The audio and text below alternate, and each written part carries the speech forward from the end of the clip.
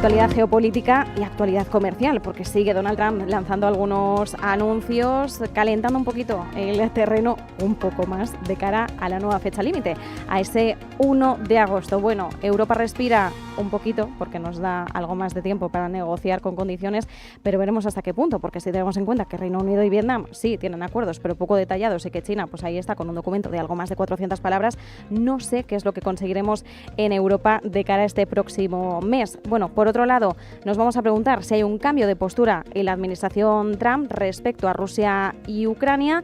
Y miraremos también de cerca la visita de Netanyahu, principales temas y sobre todo esa nominación a Donald Trump al Premio Nobel de la Paz. Veremos si podría ser igual de polémico que el de Obama. Covadonga Torres Asiego, profesora de Derecho y doctora en Inteligencia Artificial de la Universidad de Juan Carlos. ¿Qué tal? ¿Cómo estás? Pues muy buenas tardes, Marta, y oye, un gusto como siempre repetir aquí en este magnífico programa. Muchísimas gracias por acompañarnos. Además, no son fáciles las tardes de julio, ¿eh? Christoph Kallner, profesor de la Universidad Carlemagne. ¿Qué tal? ¿Cómo estás, Christoph? Hola Marta, muy bien y un placer, como siempre. Muchísimas gracias también por acompañarnos. Bueno, si os parece, empezamos por Rusia y Ucrania. Clave geopolítica. En las últimas horas, de hecho, Trump en su mesa de gabinete ha vuelto a reiterar su descontento respecto a Putin. Covadonga, yo no sé hasta qué punto el cambio de postura de la administración Trump pasa sobre todo por la frustración. Recordemos que cuando Trump llegó a la Casa Blanca estuvimos hablando, ¿no?, de esa camaradería, al menos que se podía apreciar entre Trump y Vladimir Putin. Lo pudimos ver también durante su primer mandato. Parece que Trump ha pasado de la esperanza de cara a negociar un acuerdo que lleve al fin del conflicto a la frustración.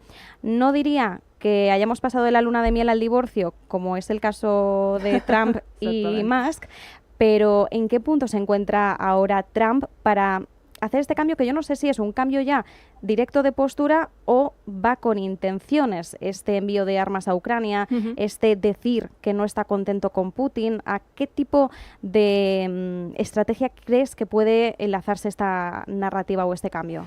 Es que Donald Trump al final juega con la negociación. Antes de político es empresario y quizá lo que simplemente es un juego aquí de negociación y poner sobre la mesa la política de máxima presión. Ya lo hizo con Irán hace unos años, no vamos a hablar de la guerra esta de los 13 días o los 12 días, pero yo creo que simplemente es una técnica de negociación. Siempre ha habido una admiración, un respeto hacia Vladimir Putin, que por cierto ha pasado por de puntillas la noticia del ministro de Transportes, que bueno, una cosa... Pero lo comentamos ayer. Lo comentasteis ayer, imaginaba. Pero esto es una negociación, porque también, vas a negociar conmigo armas, pero ¿qué tipo de armas? ¿Qué calidad de armas?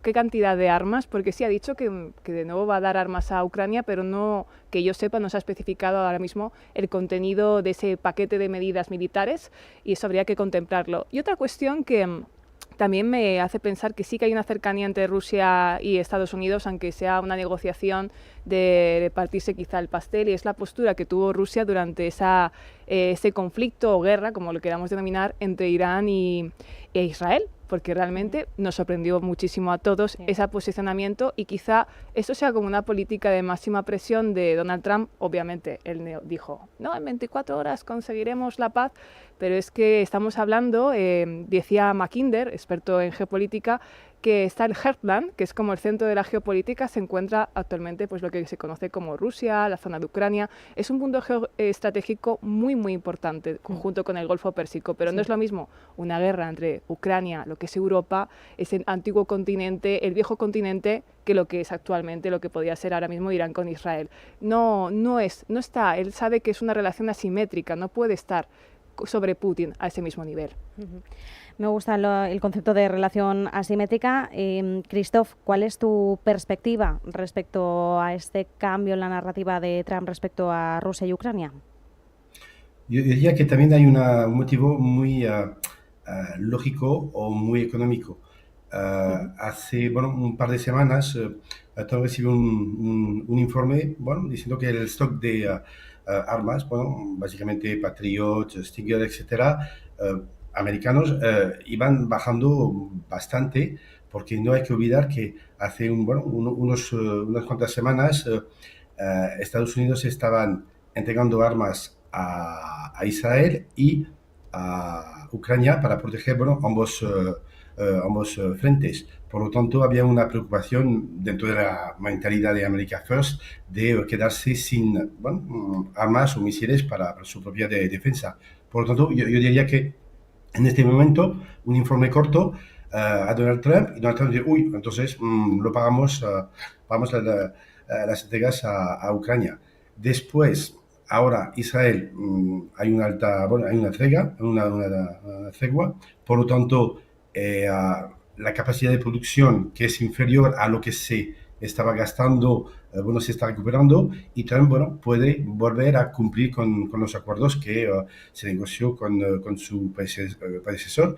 Y supongo que haber tenido una llamada a Putin y esta misma noche, bueno, que Kiev reciba 500 misiles y drones, bueno, creo que ha producido este declic y decir, venga, adelante para volver a entregar estas armas. Yo diría que es un componente de, bueno, rabia y también logística. Ahora, bueno, Estados Unidos se siente mucho más cómoda entregando estos misiles a Ucrania porque Israel, bueno, no los necesita tanto.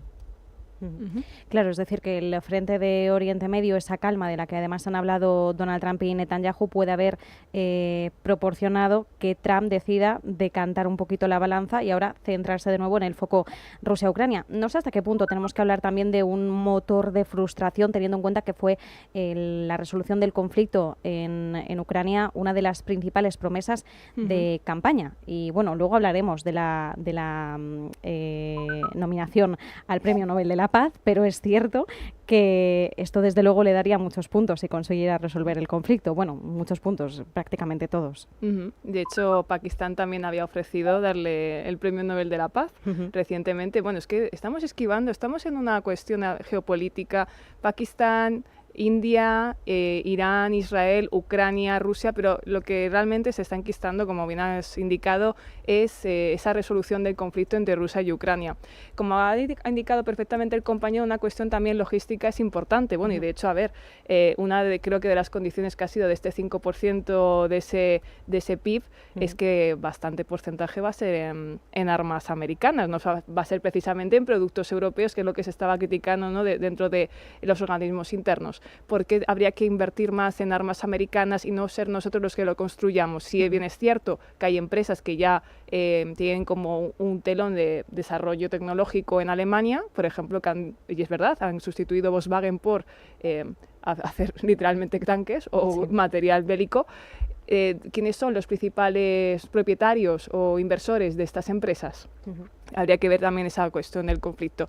Y como también ha indicado, ¿no? La logística, armamento, pero realmente la relación Rusia-Ucrania también están las tierras raras, que eso no hay que olvidarlo, y esas tierras raras que actualmente cuando hablamos de inteligencia artificial, hablamos de mejores armas, misiles, es imprescindible tener una cantidad de tierras raras. Bueno, de hecho Taiwán con China, ¿no? También esa cuestión del conflicto con el silicio, pues ocurre lo mismo.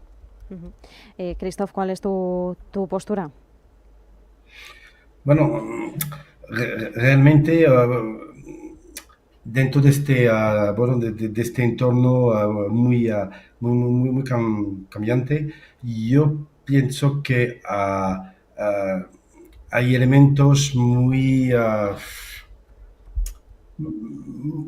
diferentes o muy conflictivos o mezclados con lo que está haciendo Estados Unidos con respecto a Ucrania, a Rusia, y hay una relación también muy curiosa de Trump con la presión que está poniendo sobre Rusia. No hay que olvidar que Trump ha puesto 17 ultimátums a Putin y realmente sin ningún tipo de resultado. Y hay también sanciones económicas que podía aplicar para cambiar un poquito todo lo que está sucediendo. Europa quiere ir adelante, pero por un motivo que es bastante curioso, Estados Unidos no da el paso. También hay otra información muy interesante, muy reciente, de que, bueno, para China, porque, bueno, hemos hablado de Taiwán, China, etcétera. China no está interesada en, por ejemplo, resolver el conflicto con Ucrania, porque cuando Estados Unidos está focalizado en Ucrania, bueno, está dejando tranquilo a China. Exacto. Hay muchos elementos que intervienen en la situación actual y eso genera mucha confusión y mucha dificultad para leer lo que está pasando. Ujú. Y además, muy interesante esto último, Christoph, porque además hoy mismo la presidenta de la Comisión Europea, Ursula von der Leyen, ha criticado duramente a China por estar proporcionando a Rusia el apoyo necesario para continuar la guerra. Es decir, que sí, podría haber un interés por parte del gigante asiático en que Trump siga distrayéndose con el conflicto entre Rusia y Ucrania y así obviamos otras cuestiones, porque aunque sí hemos tenido un enfrentamiento comercial directo entre Estados Unidos y China, la realidad es que en clave geopolítica hay un punto de fricción importante que es Taiwán y entendemos que China por el momento quiere retrasar, o podríamos interpretarlo así, ese conflicto al máximo. Antes de cambiar de tema, Covadonga, ¿cuál crees que podría ser la respuesta de Putin? Porque claro, Christoph decía, bueno, Trump ha lanzado 17, 20, 30, da igual, los ultimátums que sean ya a Vladimir Putin y la realidad es que no ha tenido ningún tipo de resultado. No sé si Putin en alguna de estas puede lanzarle un mensaje contundente del estilo, oye, que me dejes en paz. Es que Putin tiene otro tipo de relación. Trump es mucho más del show sí. Y siempre le encanta, bueno, usa Truth Social para responder, pero yo no veo a Putin tan de esa dinámica. Él responde con hechos, no con palabras en muchísimas ocasiones, pero tengo que decir que su perfil, no sé qué opinará el compañero, pero con la cuestión de Irán, pues que fue un perfil mucho más relajado de lo esperado, sí. Fue mucho más sosegado, entonces había una teoría también, ¿no? Justo cuando era el conflicto con Irán, llegó una delegación a Ucrania para investigar dónde iban los fondos de los Estados Unidos, se deniega esa ayuda, de nuevo, otra vez se da esa ayuda militar. Yo creo que simplemente es una máxima presión y creo que Putin en este caso no va a responder y va a seguir dentro de lo que es su línea. Puede que me equivoque, pero creo que más o menos por ahí va la cuestión. Christoph, por alusiones, no sé si tienes una perspectiva distinta respecto a lo que decía Covadonga, de que bueno, al final Putin tiene una dinámica distinta a la de Trump. Yo diría que Rusia ha entrado en una dinámica de una economía de guerra real y cambiar una economía en este tipo de dinámica cuesta muchísimo y ahora no puede hacer marcha atrás sin ninguna victoria, porque si se para ahora mismo, volver atrás y volver a una economía normal, con intercambios internacionales, etcétera, le costaría seguramente el puesto y la vida, y Rusia podría entrar en una especie de guerra civil y con una crisis económica muy grande, porque en 2-3 años hacer otra vez este cambio es casi imposible. Y entonces esta dinámica, lo sabe Putin y realmente tiene que vencer o morir. De una guerra pasamos a otra, pero esta vez en el plano comercial, no geopolítico. Donald Trump ha lanzado un ultimátum a todo el mundo. No va a haber más prórrogas, no va a haber ningún tipo de perdón. 1 de agosto es la fecha límite y ahora ya sí que sí, porque claro, luego tenemos el taco, ¿no? El Trump always chickens out, el Trump siempre se acobarda. Y claro, yo creo que Trump ya se ha hartado de esto y dice, aquí están viendo que cada 2x3 amenazo, pero luego reculo, luego me hablando y dejo más tiempo de negociación. Ya está, que del 9 de julio pasamos al 1 de agosto, pero listo. Yo no sé si esto realmente la gente lo está interiorizando. Cuando digo la gente me refiero a los líderes o a los equipos negociadores, pero bueno, tenemos una baza importante ahora en la Unión Europea. Digo tenemos porque nosotros somos europeos, así que esto es lo que nos toca y estamos incluidos todos, pero no sé cuáles son las probabilidades reales, porque Covadonga, la realidad es que a día de hoy hay un acuerdo con Reino Unido, pero no muy profundo, uno tampoco muy detallado con Vietnam. Lo de China es casi más bien una especie de declaración de intenciones. No sé cuál es la expectativa, por ejemplo, para la Unión Europea. Bueno, antes de saber la prórroga del 1 de agosto, von der Leyen decía que un acuerdo profundo era imposible, que si acaso un acuerdo, de casi de intenciones que luego diera pie a seguir negociando, pero cumpliendo más o menos con el plazo. ¿A qué realidad nos enfrentamos ahora? También se ha hablado mucho, por ejemplo, de la posibilidad de que Europa acate con un arancel universal del 10%, pero sabemos que dentro del bloque no todo el mundo está a favor de esta idea. No todo el mundo está a favor de esta idea, pero al final hemos tenido una antesala que ha sido lo de ese 5% del PIB. Sí. Y al final ha tenido problema Trump de credibilidad, porque muchas veces ha declarado, no, como ese día de liberación, vamos a imponer estos aranceles, y se ha visto que ha sido pues una técnica de negociación, porque él sigue en esa línea de negociación como empresario. La cuestión es que respecto a Reino Unido, la relación con Estados Unidos no es la mejor y nos encontramos en una situación crítica en Europa. Tenemos problemas con la industria, problemas con la inmigración, que no sabemos qué hacer una parte, otra parte, y Donald Trump es consciente de nuestras debilidades. Por lo tanto, él puede lanzar el órdago con nosotros y quizá lo cojamos, no lo cojamos o nos podamos percatar de ello. Ahora bien, cuando tú tienes un enemigo, digo enemigo, entre comillas se supone que somos aliados, pero es que en relaciones internacionales y en comercio aquí simplemente hay intereses y esta es la cuestión que hay que hacer entender. No, Estados Unidos es Occidente y como es Occidente es nuestro aliado. Digo, bueno, pero es mi hermano y mi hermano tiene sus intereses como yo tengo los míos, cada uno me quiere independizar. En esta situación, creernos a Donald Trump o no, yo creo que vuelve un poco en esa línea de máxima presión para conseguir mayores resultados.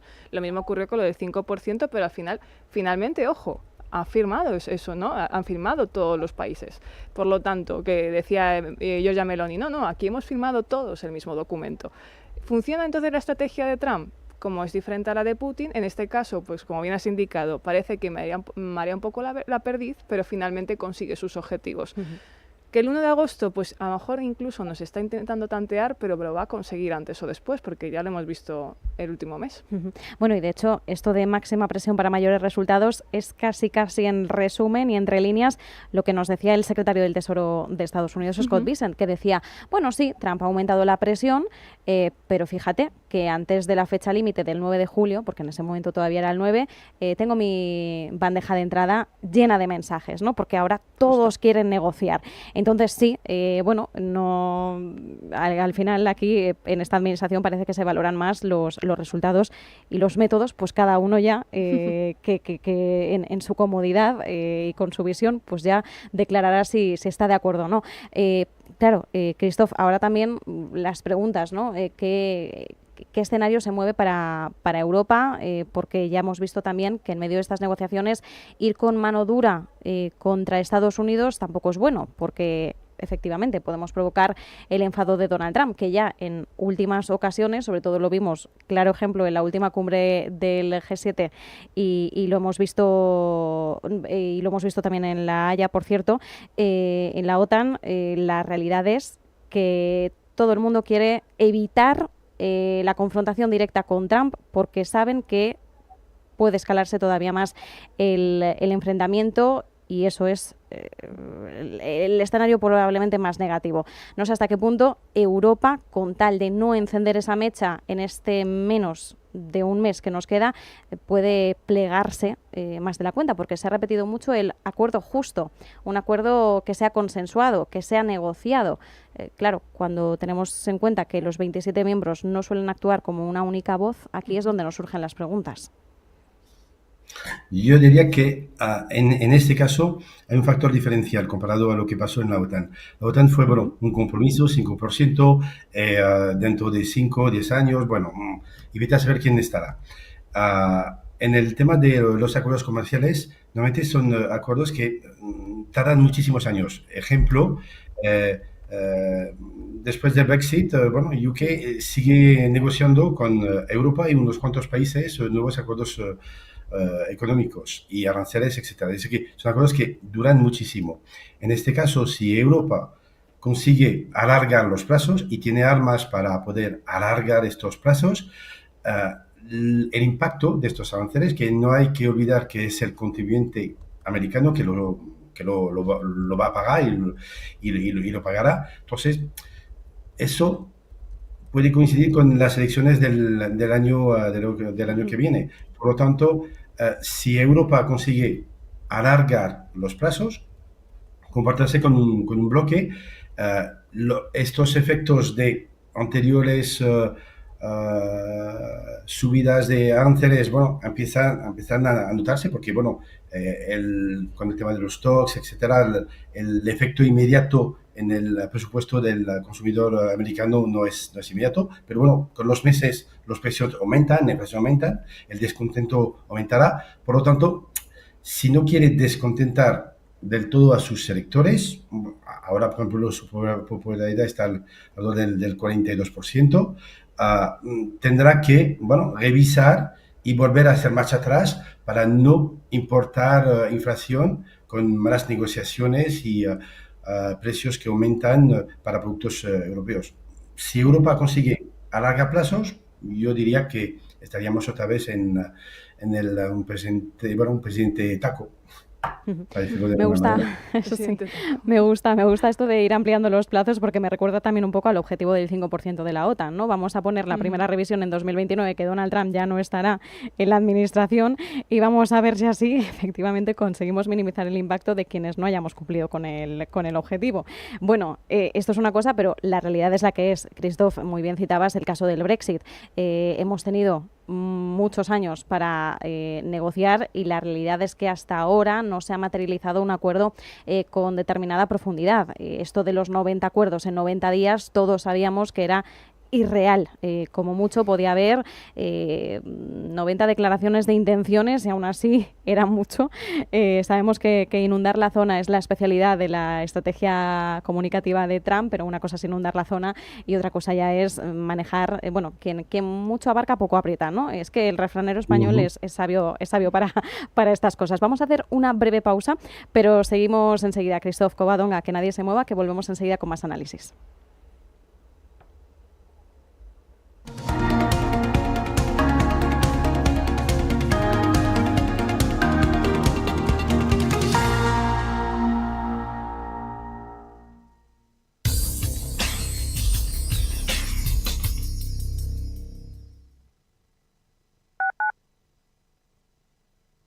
Atención inversor, únete al club de inversión de Grupos Eneas. Estamos especializados en la compra, reforma y venta de inmuebles y otros activos, ofreciendo rentabilidades muy atractivas. Coinvierte con nosotros. 91 639 0347. Grupos Eneas, tu aliado en la inversión. Cine Yelmo Isla Azul se renueva. Nuevas butacas premium, sala macro XE y la revolucionaria 4D Motion. Aire, agua, aromas, vibraciones, impactos de aire y hasta temblores. Consigue ya tus entradas y descubre el nuevo y renovado Cine Yelmo Isla Azul. Ven a vivirlo. En Radio Intereconomía te acompañamos donde tú quieras. Sintonízanos en directo a través de la radio, nuestra web, aplicación móvil o canal de YouTube. Si lo prefieres, también puedes encontrarnos en diferido a través de iVoox, Apple Podcast, Spotify y todas las plataformas de podcast. La mejor información económica en cualquier momento y desde cualquier lugar. Radio Intereconomía, siempre contigo. Los domingos a las 10 de la noche tienes una cita con El Club de los Negocios Raros. Un magazín dedicado al mundo de los libros. Actualidad, entrevistas, literatura y poesía tienen cabida en este espacio cultural de Radio Intereconomía. Dirigido por Andrés Sánchez Magro. Todos los domingos a las 10 de la noche. Pulso Geopolítico, actualidad y análisis diario de los principales conflictos internacionales, estrategias geopolíticas y sus impactos en la economía, la política global y la reconfiguración del orden mundial. De lunes a viernes a las 2 de la tarde, Pulso Geopolítico, en Radio Intereconomía. Radio Intereconomía.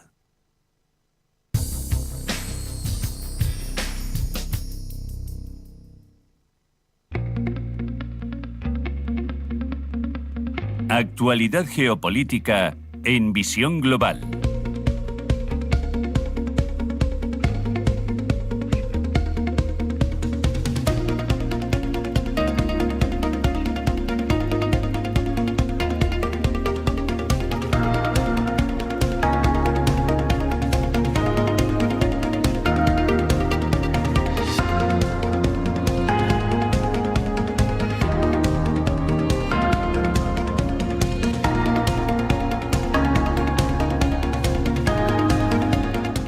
Seguimos con actualidad geopolítica. Hemos comentado guerra en Ucrania, bueno, la postura de la administración estadounidense, hemos comentado guerra comercial y ahora pasamos a Oriente Medio, pero con el permiso de otra noticia que nos ha impactado, y esto sí que es verdad, Covadonga Torres Asiego, que es tu especialidad como doctora en inteligencia artificial. Un tema, por cierto, bastante curioso, porque en este caso creo que nos vamos a mover a una conversación que tuvimos hace unos meses respecto a, bueno, velar dentro de la regulación de los derechos, dentro de la inteligencia artificial, hablar también de suplantaciones de identidad. Sí. En este caso, hablamos del secretario de Estado, Marco Rubio. Ha habido un estafador que se ha hecho pasar por él. De hecho, ha conseguido comunicarse con determinados ministros de Relaciones Exteriores, un representante del Congreso, gobernador de Estados Unidos, replicando voz, textos generados por inteligencia artificial, que también conseguían replicar el estilo de escritura de Marco Rubio. Es decir, no solo estamos hablando de suplantación de la voz, sino suplantación de la identidad, pero dentro de lo que es más característico de cada uno. Sí. Es como estos cómicos que hacen imitaciones muy acertadas, cogiendo los gestos, las expresiones, las muletillas de las personas. Claro, una cosa es que lo haga un cómico y que se entienda el contexto además de humor. Otra cosa es que lo haga una tecnología y que pueda conseguir con ello malversar en determinadas instituciones, etcétera. Es decir, esto tiene implicaciones importantes y creo que es un tema que merece la pena que revisemos. Aunque tenemos brevedad en el tiempo, sí que me gustaría que viéramos sobre todo principales implicaciones, la principal reacción que nos debe generar esto. Ante todo, yo lo que diría a los espectadores es tener muchísimo cuidado a nivel de seguridad. El caso, hablamos de política americana, de hecho ChatGPT, aparte del ChatGPT que conocemos, ya ha creado un ChatGPT militar y en defensa, lo que ya nos implica la importancia de esta tecnología, pero sobre todo voy a poner un ejemplo que pasó recientemente a un compañero, y es que alguien por WhatsApp le decía: oye papá, necesito dinero, con la voz de su hijo. Ostras. Y dice: mándame una foto, la foto perfecta. Y ha dicho: lo que he hecho es una palabra clave, sin el teléfono de por medio cerca, para que sepa que es un ser humano y que no es una inteligencia artificial. Hablamos de suplantación de identidad, pero es que yo ahora mismo puedo hacer una videollamada que con un tipo de IA, tú no sabes si soy yo o me hago pasar por Michelle Obama. Por lo tanto, ¿qué invitaría yo? Pues que tener muchísimo cuidado e incluso palabras clave con ciertas personas a tu alrededor, de decir: oye, quiero saber si me pueden estafar o no. Implicaciones a nivel político, pues imagínate todas las relaciones que ha podido cerrar a nivel diplomático algún tipo de acuerdo. O con algún compañero, hablemos en seguridad del Tesoro, el Pentágono, ¿quién ha hecho esos acuerdos?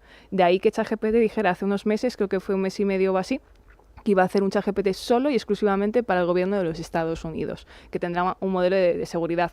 Ahora bien, al igual que existe una Deep Web, existe una Deep ChatGPT, vamos a llamarlo Deep Inteligencia Artificial, porque no todos los que crean IA los conocemos. Claro. O sea, conocemos a Altman, conocemos a Elon Musk, pero a saber cuántas cantidades de inteligencia artificial que se crean en el mundo utiliza un modelo ético. No. Es como la Deep Web. Es que decían, ¿no?, que el 98% de lo que hay en Internet está en la Deep Web y el 3% es lo que nosotros podemos contemplar. Lo mismo ocurre. Y procesos de selección en los cuales el entrevistado no es una persona y quiere saber datos del banco, datos de la empresa, y mientras entrevista a esa persona, entre comillas persona, intenta hackear el sistema de seguridad. Así que lo que vemos en la superficie es mínimo, Mínimo. porque todo lo que hay debajo, es decir, de la Deep Web pasamos a la Deep IA, no sé si se la puede categorizar de esta forma, hemos pero bueno, así. Sí, la vamos a bautizar de esta forma. Bueno, pues a los oyentes transmitimos esta información, sobre todo de cara a que no caigan en ningún tipo de estafa, porque es cierto que, mira, con mi padre yo a veces hablo de estas cosas porque él ha recibido algún SMS, los típicos de papá, no tengo dinero, necesito... Ayúdame, claro, sí. Por suerte, las generaciones que a lo mejor no están tan al día a día con la tecnología ya captan que estos son estafas. El problema es cuando es una estafa tan perfilada tan bien hecha, tan sin mácula de error, y ahí, pues efectivamente, tener una palabra clave con esa persona, con ese contacto de confianza, nos puede salvar de estas estafas. Como ya nos quedamos con poquito tiempo, sí que me gustaría hablar de, no tanto la conversación entre Netanyahu y Trump, porque además Netanyahu sigue en Washington, así que entendemos que también van a evolucionar un poco más las conversaciones, pero sí de la nominación a Trump como Premio Nobel de la Paz. Bueno, recordemos que el de Obama fue muy polémico en 2009. Se decía que no había sido tan premiado por sus acciones, porque todavía no había tenido ocasión de actuar, llevaba muy poquitos meses en el mandato, sino que fue más bien una especie de Nobel simbólico, ¿no? Un reconocimiento a su retórica, a su estilo diplomático, más que a resultados concretos, porque además impulsó acuerdos, redujo tensiones en algunos frentes, pero su legado también está empañado pues por la continuidad militar, el uso de poder duro bajo nuevas formas, envío de tropas a Afganistán, pues precisamente apenas un tiempo después de haber recibido ese Nobel. Christoph, yo no sé hasta qué punto podríamos hablar, en el caso de Trump, de un Nobel que pudiera resultar igual de polémico, entendiendo que hay grandes diferencias entre uno y otro, entre ambos mandatos, pero ¿crees que podríamos estar ante una nueva polémica si realmente resultara ganador?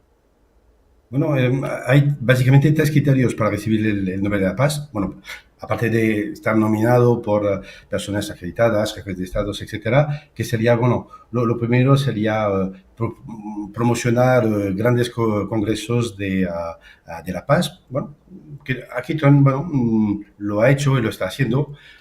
Bueno, cuando mencionó, por ejemplo, los acuerdos entre India y Pakistán, bueno, Congo con Ruanda, Irán, Israel, etcétera. Bueno, un tic, está bien.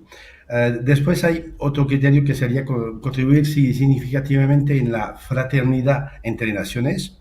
Aquí, mira, ¿por qué no? Porque a veces Trump crea bloques y elementos geopolíticos muy, muy curiosos y disyuntivos. Y después el tercero sería reducir la carrera armamentística. Y yo creo que con esto de incrementar armas y OTAN, que tenga ese 5%, aquí lo tiene un poquito más difícil.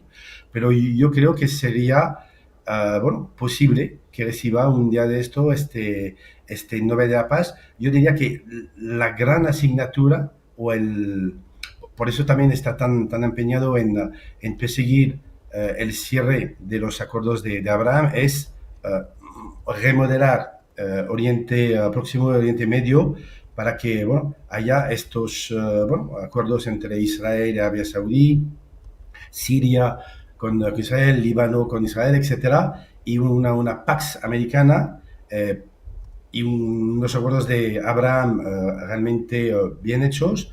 Yo creo que con esta misión, porque Ucrania lo tiene un poquito más difícil, podría, bueno, recibir un día el Nobel de la Paz. Y no tan conflictivo, quizás, como en el caso de Obama. Interesante esa perspectiva, Covadonga, aunque nos queda poquito tiempo, sí que me gustaría también conocer tu visión. ¿Crees que podría alcanzar, conseguir ese Nobel? De hecho, cuando Trump llegó a la Casa Blanca hablábamos de cuál podía ser su legado y él, durante la campaña, dijo que él quería ser el presidente de la paz. Bueno, esto iría en línea con conseguir dejar ese tipo de huella. Quizá quiera, antes de que acabe el año, conseguir esa paz en Ucrania, porque sería coronar y, como indica el compañero, pues ya sería como cristalizar ese ascenso meteórico al Premio Nobel de la Paz. Simplemente creo que ya estuvo nominado con Corea del Norte y Corea del Sur, que consiguió que pactasen, que hablaran entre los dos bloques. Lo veo más complicado simplemente con la cuestión de Irán, porque todavía a nivel de derecho internacional se está hablando todavía si ese ataque fue legítimo o no fue legítimo. Ahí lo veo más complicado, porque ahí tendría que contemplarse si se aplicaba la máxima, legítima defensa.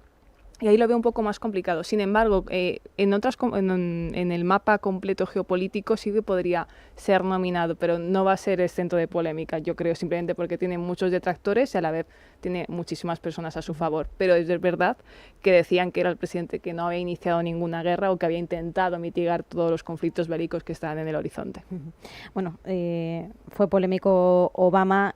Trump tiene otro perfil bastante más afilado y más agresivo, al menos cuando hablamos de su narrativa, así que entendemos que también para la imagen pública en general sí que podría ser bastante polémico. Aunque estén justificados los puntos, nosotros no vamos a entrar en eso. Vamos a esperar y ver. Por el momento manejamos expectativas. Christoph Kaller, profesor de la Universidad Carlemany, Covadonga Torres Asiego, profesora de Derecho y doctora en Inteligencia Artificial de la Universidad Rey Juan Carlos. Muchísimas gracias a ambos, como siempre, un placer. Un placer. Muchísimas gracias. Hasta luego.